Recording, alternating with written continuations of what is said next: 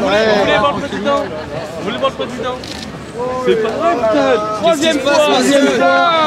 Les Bretons! Troisième fois! Dictature! Dictature! C'est pas vrai! Troisième fois! Je suis là. Non. Vous m'arrêtez, je vais le faire.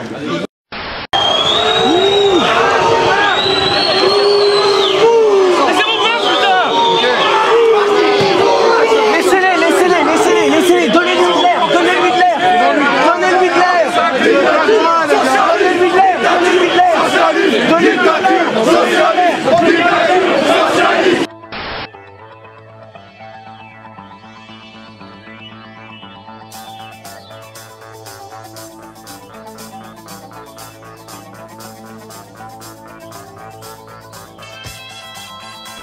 Salut à tous et bienvenue pour ce nouveau numéro des infos dont on parle peu. Alors vous avez vu ces deux hommes avec leur bonnet rouge arrêtés sur les Champs-Élysées le 11 novembre dernier. Alors la vidéo a été tournée par notre équipe qui était sur place à cette date-là. La vidéo qui cartonne littéralement, hein. Elle est même limite censurée en ce moment. Bon, ça on en reparlera un petit peu plus tard.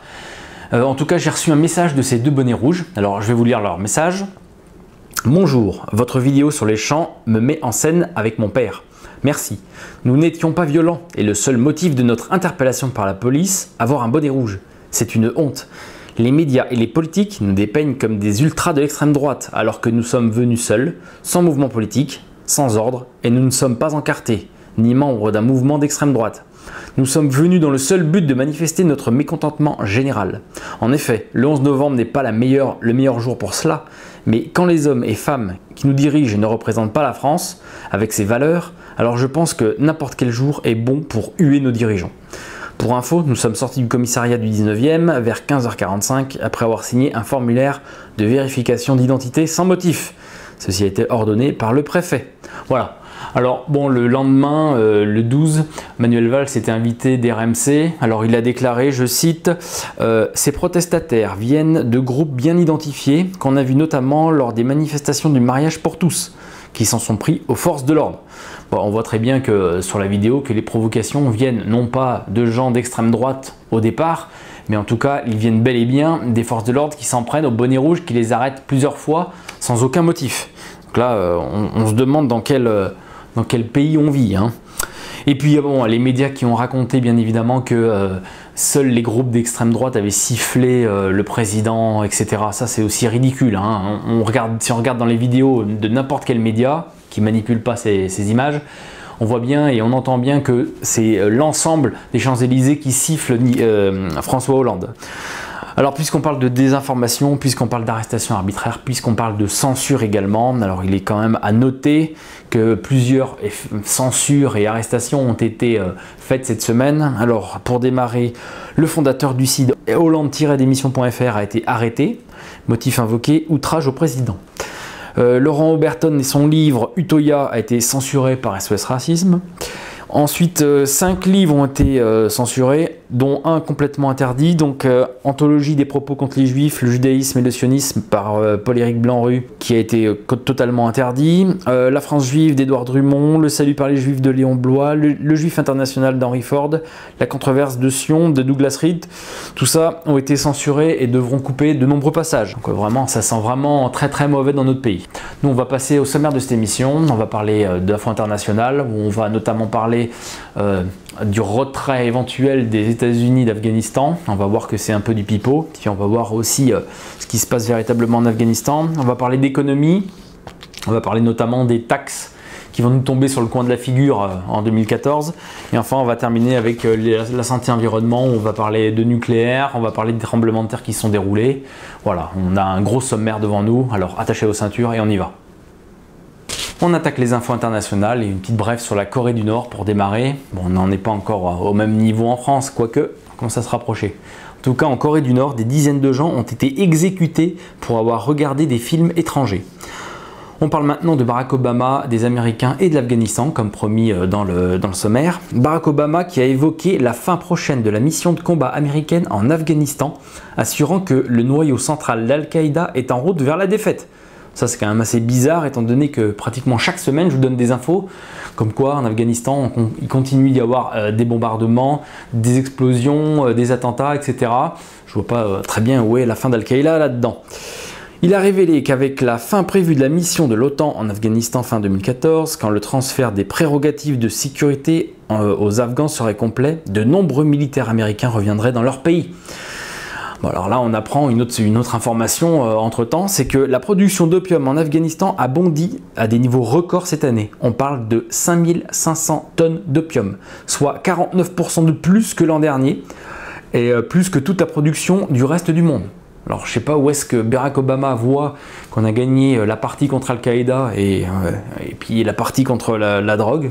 Cette information est bizarre également parce qu'il y a un mois et demi de cela, je vous donnais une information comme quoi un général américain, le général Mark Milley, avait annoncé dans une interview au journal Stars and Stripes, je cite, « Le mandat actuel de l'OTAN prend fin le 31 décembre 2014, mais il est suivi par une autre mission, Resolute Support, qui est déjà en train d'être planifiée. » Et il précise, « Nous n'avons aucune instruction concernant le retrait des troupes. Nous comptons simplement changer notre objectif et restreindre le nombre d'effectifs et l'ampleur des opérations militaires. » Donc là, ça va complètement à l'encontre de ce que dit Barack Obama. Alors les Américains qui, malgré le fait qu'il y ait eu le shutdown il y a quelques semaines de ça, et malgré le fait qu'ils sont au bord du gouffre financièrement, les Américains qui nous sortent un nouveau porte-avions, un porte-avions qui est équipé de nouveaux moteurs à propulsion nucléaire, de catapultes électromagnétiques et d'une meilleure plateforme de décollage. Selon les déclarations de responsables américains, le coût approximatif de cet avion de classe est d'environ 13 milliards de dollars. On parle maintenant d'un bateau qui a été arraisonné par les gardes-côtes grecs, un bateau qui contenait 20 000 kalachnikovs. Les gardes-côtes grecs ont arraisonné le 8 novembre dans le sud-est de la mer Égée un bateau battant pavillon sierra-léonais et transportant 20 000 fusils d'assaut Kalachnikov. Le bateau, qui s'appelle le Noor M, a été conduit jusqu'à l'île de Rhodes où son capitaine turc et 7 membres d'équipage ont été mis en état d'arrestation. Ils venaient d'Ukraine et se rendaient au port turc d'Alexandrette.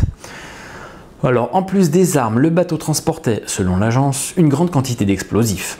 Selon l'agence grecque, les ports de Tartous en Syrie et de Tripoli en Libye avaient été initialement déclarés comme destination aux autorités du contrôle maritime, mais le capitaine du navire, lui, a désigné le port d'Alexandrette. On parle du nucléaire iranien maintenant et des pourparlers avec l'ensemble des pays occidentaux. Alors ces pourparlers qui ont duré 3 jours environ, que c'était à Genève, d'intenses négociations entre l'Iran et 6 pays à Genève qui n'ont pas débouché sur un accord. Mais Israël a déjà déclaré vouloir contrer un éventuel accord. Je cite, « Nous allons mener, avant la reprise des négociations, une campagne aux États-Unis auprès de dizaines de membres du Congrès à qui j'expliquerai moi-même que la sécurité d'Israël est en jeu. » C'est ce qu'a affirmé le ministre de l'économie Naftali Bennett. Et il continue, « Dans 10 ans, une bombe nucléaire cachée dans une valise explose à New York, ou un missile nucléaire s'abat sur Rome, on pourra dire que tout cela est à cause des concessions qui ont été faites à l'Iran, a ajouté M. Bennett. Netanyahou, lui, a qualifié l'accord qui n'est pas conclu, de très mauvais. Et le vice-ministre israélien de la Défense, Danny Danon, a pour sa part affirmé que dans 2 ans et demi, il y aura quelqu'un d'autre à la Maison-Blanche. Et si nous n'avons pas le choix, Israël agira, car nous avons créé une armée de l'air pour cela. On parle maintenant de fuite de pétrole et des multinationales de pétrole qui se conduisent vraiment extrêmement mal. Alors on va parler de 2 multinationales. On va parler d'abord de Shell. C'est Amnesty International qui accuse le pétrolier Shell de nier ses responsabilités dans les fuites de pétrole au Nigeria, rejetant la faute sur des gangs criminels. Voilà ce qu'ils disent dans un rapport. Shell, qui a le plus grand nombre d'exploitations onshore dans cette région, a annoncé 348 fuites depuis le début 2012, alors que la filiale nigériane de la société italienne Agip a rapporté plus de 1000 fuites sur la même période. Les compagnies pétrolières, et Shell en particulier, manipulent les résultats des enquêtes sur ces fuites, accusant les voleurs de pétrole d'en être responsables, alors que leurs propres infrastructures, souvent mal entretenues, sont aussi en cause, ajoute ce rapport. Alors je vous mets en lien une fois de plus le reportage qui s'appelle Carbonisé, dans lequel on voit ces multinationales se conduire de façon scandaleuse envers les Africains. Regardez-le si vous ne l'avez pas vu. Et puis on va parler d'une autre multinationale, Shell d'abord, et maintenant on va parler de Chevron, une multinationale pétrolière américaine. La compagnie pétrolière Chevron a rejeté la décision de justice équatorienne qui a maintenu sa condamnation pour pollution mais réduit l'amende. La Cour nationale de justice, l'instance suprême en Équateur, a confirmé la condamnation de Chevron pour pollution en Amazonie mais réduit de moitié le montant de son amende, fixé à 9,5 milliards de dollars au lieu de 19 au départ. Alors je cite un représentant de la multinationale Chevron, « C'est aussi illégitime et inapplicable aujourd'hui que ça l'était à l'origine ». On parle maintenant de la Syrie et de la Turquie, avec la mise en place d'un mur à la frontière entre ces deux pays. Les autorités turques ont commencé la construction d'un mur le long de la frontière avec la Syrie, officiellement pour protéger les populations des mines antipersonnelles, mais le mur de la honte, comme l'ont surnommé certains, renforcera surtout la séparation entre Kurdes de part et d'autre de la frontière. On continue, on va parler maintenant d'un entrepreneur français qui est emprisonné au Qatar. Un entrepreneur français en grève de la faim au Qatar, où il est détenu à la suite de déboires judiciaires, a fait parvenir à François Hollande un message audio pour implorer son intervention et lui dire sa crainte de mourir en prison, selon son épouse. Ce chef d'entreprise originaire de Lorraine est bloqué au Qatar depuis 18 mois à cause de chèques sans provision émis entre 2010 et 2012 pour un montant estimé à plus de 100 000 €. Selon lui, ses ennuis ont commencé lorsque son partenaire local a exigé de reprendre sans contrepartie ses parts dans la société qu'ils avaient créée. Il a été condamné en juin à 6 mois de prison et 2 000 € d'amende pour sortie illégale du Qatar, après avoir rejoint en kayak les côtes de Bahreïn, pays voisin du Qatar. La justice doit encore se prononcer en appel sur ce dossier et il a entamé une grève de la faim début octobre. Enfin bon, ça va être difficile pour la France d'aller libérer ce pauvre chef d'entreprise, puisqu'on voit bien que le Qatar et la France s'entendent extrêmement bien. Vous pouvez regarder d'ailleurs la vidéo que je vous mets en lien où on voit toute la fine fleur des politiques français à l'ambassade du Qatar en train de chanter avec Enrico Macias. C'est merveilleux. Vous regardez cette vidéo, ça va vous éclairer. Donc je suis désolé pour cet entrepreneur français, mais je ne sais pas s'il va être libéré avant Noël en tout cas. On continue et on parle maintenant de General Motors. General Motors qui a délogé PSA d'Iran pour lui prendre sa place, bien évidemment. On est les dindons de la farce comme d'habitude, les paillassons. On se fait essuyer les pieds dessus, que ce soit par Israël ou que ce soit par les Américains. General Motors avancerait ses pions pour retourner en Iran après avoir empêché PSA d'y poursuivre son activité. Alors que l'Américain a fait pression l'année dernière sur son partenaire PSA lors de la signature de leur alliance afin que le Français interrompe ses livraisons de pièces détachées dans le pays, General Motors mène depuis 6 mois une offensive pour étendre ses propres activités commerciales. General Motors aurait notamment pris contact avec Iran Khodro, la société iranienne qui assemblait pour le compte de PSA des 206 et des 405 à partir de kits de pièces préparés dans l'usine de Vesoul en Haute-Saône. Des tractations seraient actuellement en cours pour le retour de l'Américain dans le pays. C'est en fait un décret signé par Barack Obama le 3 juin 2013, l'Executive Order Act, qui a poussé cette offensive américaine. Ce décret aggrave les sanctions contre l'Iran. La fourniture de pièces détachées ou de services à des sociétés iraniennes est ainsi sanctionnée. Mais pour le secteur automobile, la fourniture de véhicules n'est pas répréhensible. Ce qui, dans les faits, avantage le constructeur américain General Motors, qui n'a pas d'activité industrielle dans le pays, mais qui interdit à Renault d'assembler des complètes knockdown, en français, les nécessaires non assemblés, donc qui interdit à Renault d'assembler les véhicules en Iran. Et le pire reste peut-être à venir si les États-Unis envisagent une baisse des sanctions, prévient un diplomate iranien dans le Figaro. Je cite, « Les Français devraient se rendre compte qu'en cas d'accord entre nous les Américains, leurs entreprises ne récolteraient que les miettes. » On attaque la partie économie, on va parler du traité transatlantique, puisque malgré les grandes déclarations de nos hommes politiques, la main sur le cœur, qui nous ont promis que ces tractations seraient mises en pause le temps que les Américains promettent de ne plus nous espionner, et bien en fait les tractations ont bel et bien repris. Donc là, ça a été repris à Bruxelles le 11 novembre dernier, après avoir été suspendu en raison de la crise budgétaire américaine. Le deuxième round des négociations transatlantiques, après celui lancé en juillet à Washington, se tiendra jusqu'au 15 novembre, c'est ce qu'ont indiqué la Commission européenne et la représentation américaine au commerce extérieur. On parle maintenant de la note de la France, puisque celle-ci a été dégradée de AA+ à AA par l'agence Standard & Poor's. Alors malgré le fait que les États-Unis soient au bord du gouffre financier, qu'ils ont fait un shutdown il y a quelques semaines, que eh bien, le plafond de la dette a été relevé que partiellement, on va dire. Ben non, c'est la France qui s'est fait dégrader par cette agence. Alors comme quoi, toutes ces agences de notation, c'est vraiment des tartufferies. Alors, pour la France, les répercussions devraient être une augmentation des taux d'intérêt et donc moins d'investissement. Cette dégradation n'est pas imméritée en soi. C'est vrai que bon, on est dans un état assez pitoyable. On va le voir d'ailleurs avec les informations suivantes. Mais bon, ça veut dire qu'on détourne le regard des États-Unis et puis on remet le focus sur l'Europe. Voilà ce que ça veut dire. Alors, je vous parlais de l'état catastrophique de l'économie américaine. Mais bon, la France, elle aussi, c'est pas brillant. On apprend que 60 000 emplois industriels ont disparu en un an. Au troisième trimestre 2013, le secteur concurrentiel a perdu 107 700 emplois. L'industrie est particulièrement touchée. En effet, l'INSEE révèle qu'à la fin du troisième trimestre 2013, l'industrie comptait 16 500 emplois de moins qu'à la fin du trimestre précédent.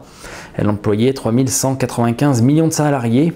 Et en une année, l'emploi industriel a reculé de 58 800 postes. En pourcentage, le recul est de 1,8% en un an et de 0,5% en un trimestre. Tous ces secteurs confondus, le recul atteint 17 000 emplois en un trimestre et 107 700 en un an. Ces résultats sont publiés alors que l'INSEE indique par ailleurs que le PIB a reculé de 0,1% au troisième trimestre. Cette coïncidence de publication confirme le lien entre la situation de l'emploi salarié du secteur concurrentiel et la croissance économique. Dans ces conditions, le renversement promis de la courbe du chômage paraît plus que jamais difficile à atteindre, autrement par un recours aux emplois aidés de toutes sortes. Alors malgré tout cela, eh bien, Michel Sapin persiste et signe. Il a déclaré, je cite, « C'est à la fin de cette année que la courbe du chômage s'inversera ». Donc ça, on nous le répète depuis un petit moment, on va voir les chiffres arriver très très rapidement, Michel Sapin. Si c'était pas tragique pour des millions de personnes, on pourrait en rigoler, mais là, on n'en rigole plus du tout. On va parler de nos hommes politiques qui ont été en activité il y a quelques temps et qui maintenant sont un peu plus dans l'ombre, mais qui continuent à faire du business. Pour preuve, en un an, Nicolas Sarkozy a donné une douzaine de conférences qui lui auraient rapporté plus de 1 million d'euros. Autre champion du genre, DSK. Alors on parle aussi de François Fillon qui a été au Kazakhstan, pays où les principaux médias d'opposition ont été interdits fin 2012. Alors qu'est-ce qu'il a été faire au Kazakhstan? Les 8 et 9 octobre, l'ancien Premier ministre a donné une conférence au 8e Forum Eurasiatique à Astana, où il a croisé un autre invité de marque, l'Espagnol José María Aznar. La petite oligarchie se croise un peu de partout. Le 23 juillet, Jean-François Copé s'exprimait à une table ronde sur le développement africain et ses enjeux économiques. C'était au Congo, à Brazzaville. Dominique de Villepin et Jean-Pierre Raffarin, eux aussi, donnent quelques conférences à droite à gauche. Alors, certains ont dit que les prestations de Nicolas Sarkozy sont truffées de banalité. Et la prestation est payée 30 000 €. Selon Sarkozy, c'est beaucoup moins. Alors, Nicolas Sarkozy qui a été recruté par le prestigieux Washington Speakers Bureau, où il côtoie, notez bien, Tony Blair, George Bush et le général Colin Powell. C'est que des champions, attention. En un an, Nicolas Sarkozy a donné plus d'une douzaine de prestations qui lui ont rapporté plus d'1 million d'euros. Nos élus présents au passé, de Michel Alliot-Marie à Xavier Bertrand, passant par Hervé Novelli, Xavier Darcos ou Luc Ferry, ils trouvent un moyen aisé d'arrondir leur fin de mois, même s'ils ne peuvent pas prétendre toucher entre 150 000 et 300 000 € la prestation, comme Bill Clinton ou Gerhard Schröder. Pour eux, c'est plutôt entre 5 000 et 30 000 € maximum.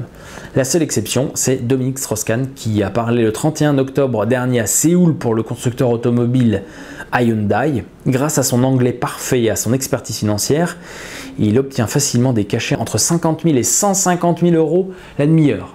C'est bien payé. On va parler maintenant de hausse de taxes pour 2014. Alors là, accrochez-vous, accrochez-vous au bastingage, mettez votre ceinture, on y va. Alors, on démarre avec la hausse de la taxe sur les billets d'avion. Alors ça, c'était le 6 novembre dernier. Les députés ont voté le 6 novembre une hausse de 12,7% de la taxe prélevée sur les billets d'avion pour financer l'aide aux pays pauvres à compter du 1er avril 2014. Alors pour aider les pays pauvres, d'accord? Je continue. La revalorisation de cette taxe de solidarité, jamais actualisée depuis sa création en 2006, correspond au rattrapage de l'inflation, selon le gouvernement qui a fait voter cette hausse dans le cadre de la discussion à l'Assemblée sur le budget de l'aide publique au développement 2014. Du fait de cette hausse et des prévisions de croissance du trafic, le produit net de cette taxe devrait passer de 185 à 203 millions d'euros. Autre hausse de taxe, c'est une hausse de taxe sur les terrains constructibles.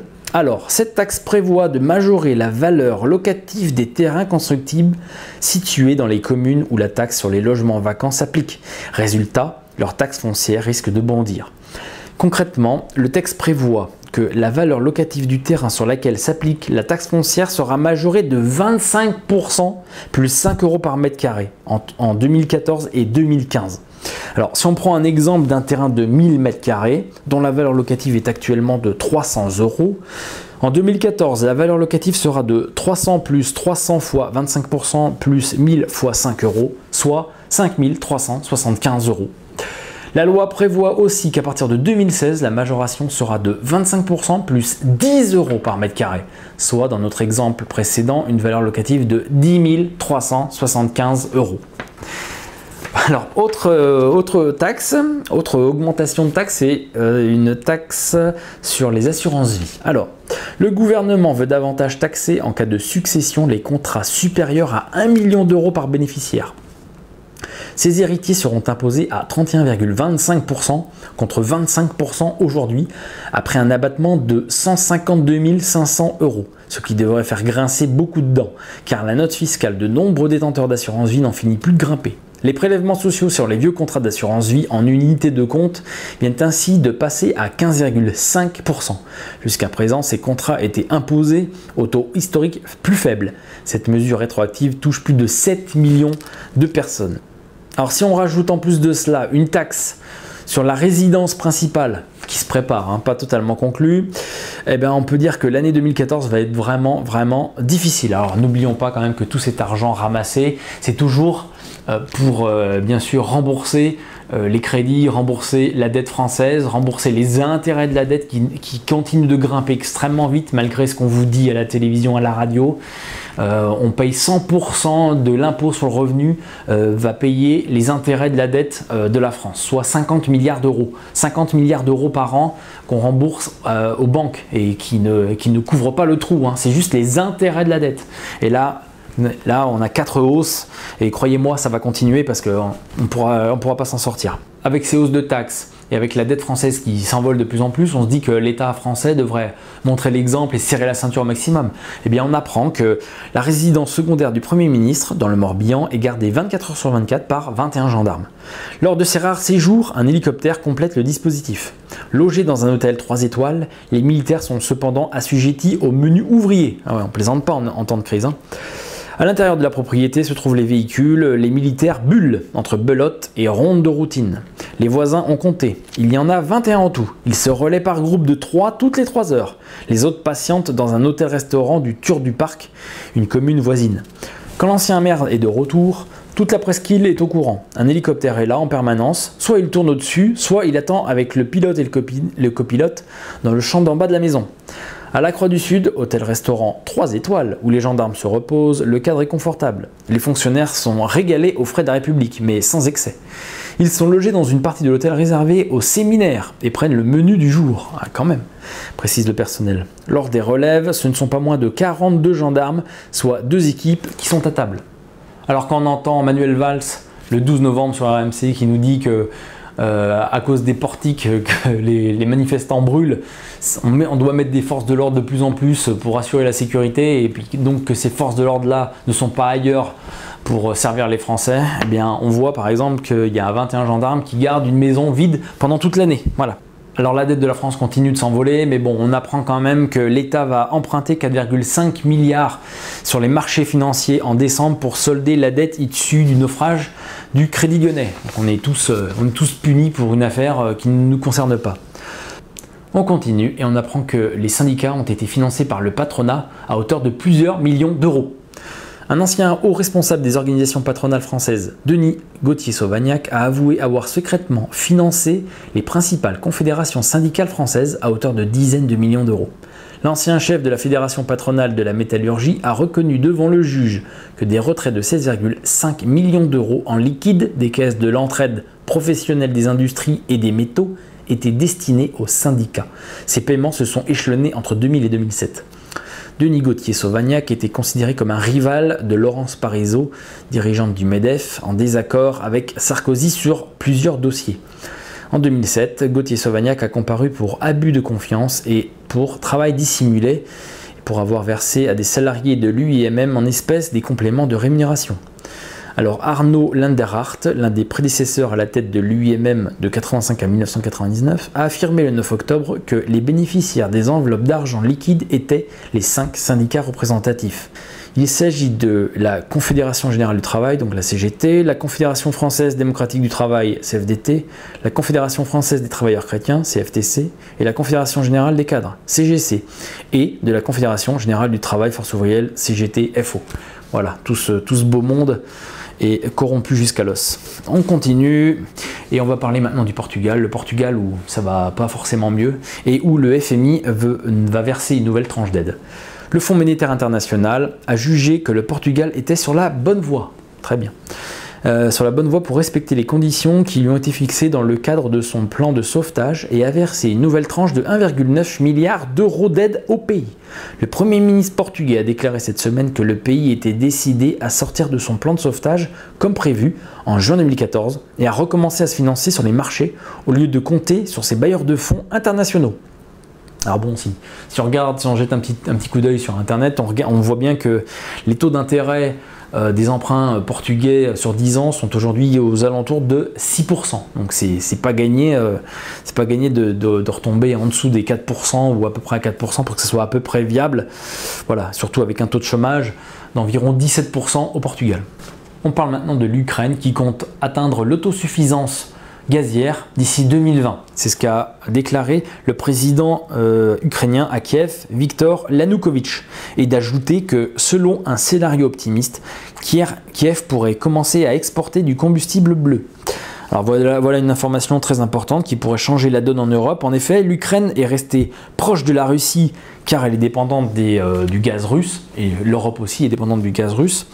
Mais maintenant qu'elle arrive à ce stade d'autosuffisance, l'Ukraine pourrait passer du côté occidental, l'Occident qui lui fait de l'œil depuis un long moment. Pour l'instant, la Russie qui a réussi à retenir l'Ukraine à côté d'elle, mais bon, ça ne pourrait ne pas durer et ça pourrait isoler un peu plus la Russie.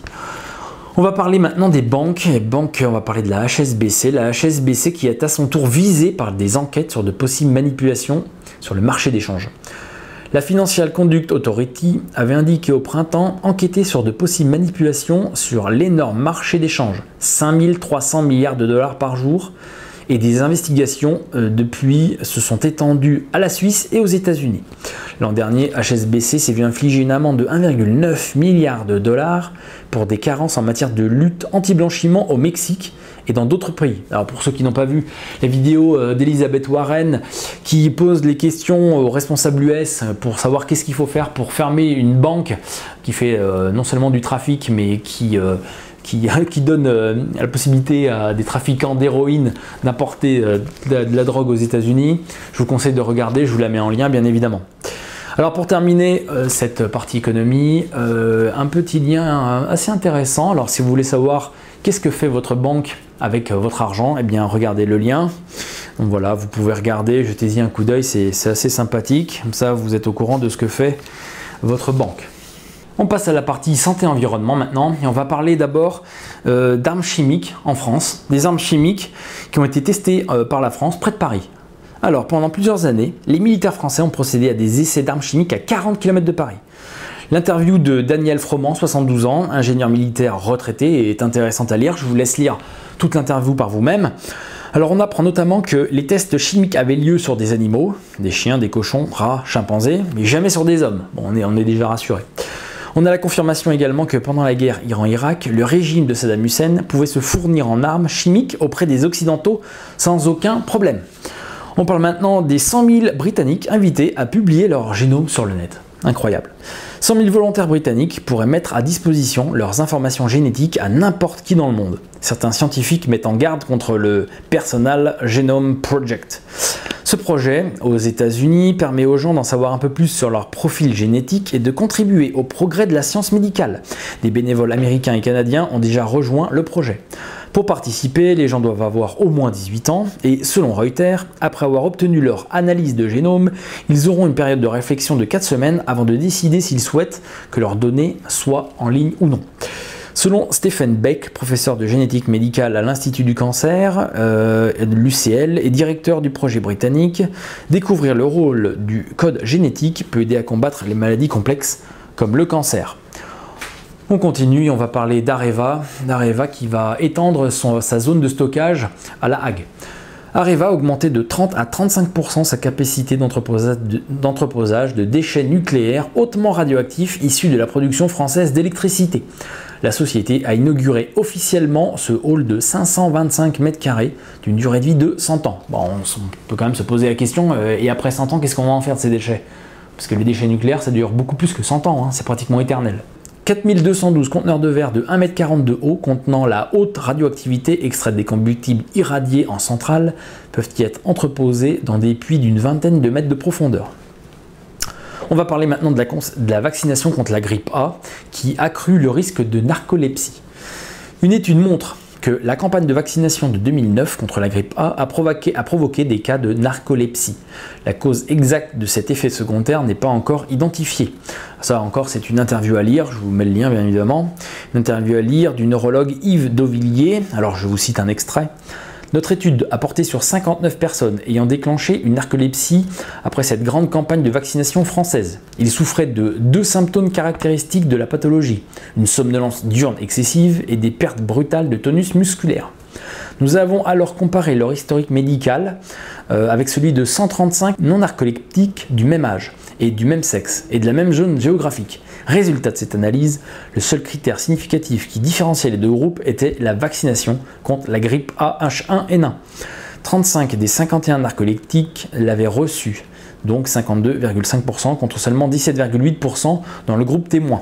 Au final, nos résultats montrent qu'avoir reçu cette vaccination multiplie par 4,7 le risque de développer une narcolepsie avec cataplexie chez l'adulte et par 6,5 pour les moins de 18 ans. Il confirme d'autres études ayant démontré ce lien dans différents pays européens. Le risque reste quand même assez faible, 60 personnes ont été diagnostiquées pour 5,7 millions de personnes vaccinées. On parle maintenant des tremblements de terre. Alors il y a eu une série de tremblements de terre entre septembre et octobre, assez impressionnante, on en a un petit peu entendu parler mais pas des masses non plus. Alors je vais vous donner la liste quand même. Le 24 septembre d'abord au Pakistan, tremblement de terre d'une magnitude de 7,7 sur l'échelle de Richter, 327 morts et 400 blessés. Le 28 septembre, toujours au Pakistan, tremblement de terre de magnitude 6,8, bilan 12 morts, 7 blessés. Ensuite, un tremblement de terre en Crète, ça c'était le 12 octobre, un séisme d'une magnitude d'au moins 6,2 a frappé l'île du sud de la Grèce, faisant des dégâts matériels. Ensuite, le 15 octobre, un séisme a secoué les îles touristiques au centre des Philippines, dans la région de Cebu, tuant au moins 85 personnes et semant la panique dans la population. Et enfin, cerise sur le gâteau, le 25 octobre, un séisme de magnitude 7,1 s'est produit au large de la côte est du Japon. Le personnel de la centrale de Fukushima a reçu l'ordre d'évacuer. Et on termine ces infos santé-environnement avec une information sur encore le nucléaire et une légère fuite de poudre d'oxyde d'uranium à Tricastin. Des traces de poudre d'oxyde d'uranium très faiblement radioactif ont été relevées sur le site d'Areva du Tricastin, dans la Drôme, après une légère fuite d'un tuyau qui n'a produit aucune contamination externe. C'est ce qu'a annoncé Areva, attention. De premières analyses sur la quinzaine de salariés ayant travaillé à proximité de la zone indiquent une absence de contamination externe. Voilà, c'est terminé pour cette vidéo. Je vous remercie pour votre attention. Je vous donne rendez-vous la semaine prochaine pour une nouvelle vidéo des infos dont on parle peu. Avant de partir, j'aimerais quand même faire une petite annonce. Infolib va continuer à se développer. Infolib va légèrement changer. On va dire ça comme ça. Alors je vais d'abord accueillir 5 nouvelles personnes avec moi. Lissandro, Jonathan, Hugo, Anthony, Maurice. Donc je vous souhaite tous la bienvenue chez Infolibre. Et justement, on va changer un petit peu les choses, on va changer un petit peu les noms. Alors notez bien, Infolibre va devenir Agence Info Libre. D'accord? Retenez bien le nom, www.agenceinfolibre.fr. Sur Facebook, Agence Info Libre. Sur YouTube, Agence Infolibre. Retenez bien le nom, Agence Infolibre. Sur Twitter, Agence Infolibre également. Voilà, on va essayer de monter une grosse structure. Je vous remercie d'avance pour votre soutien. Voilà, je vous promets qu'on va faire le maximum pour vous donner plein d'informations, des interviews, des micro-trottoirs, des revues de presse, des reportages, tout. On va faire le maximum pour donner un maximum d'informations et développer quelque chose de gros pour faire un petit peu la balance avec nos médias de masse complètement décérébrés. D'accord? Voilà, rendez-vous la semaine prochaine. Notez bien, hein, agenceinfolibre.fr. Ciao.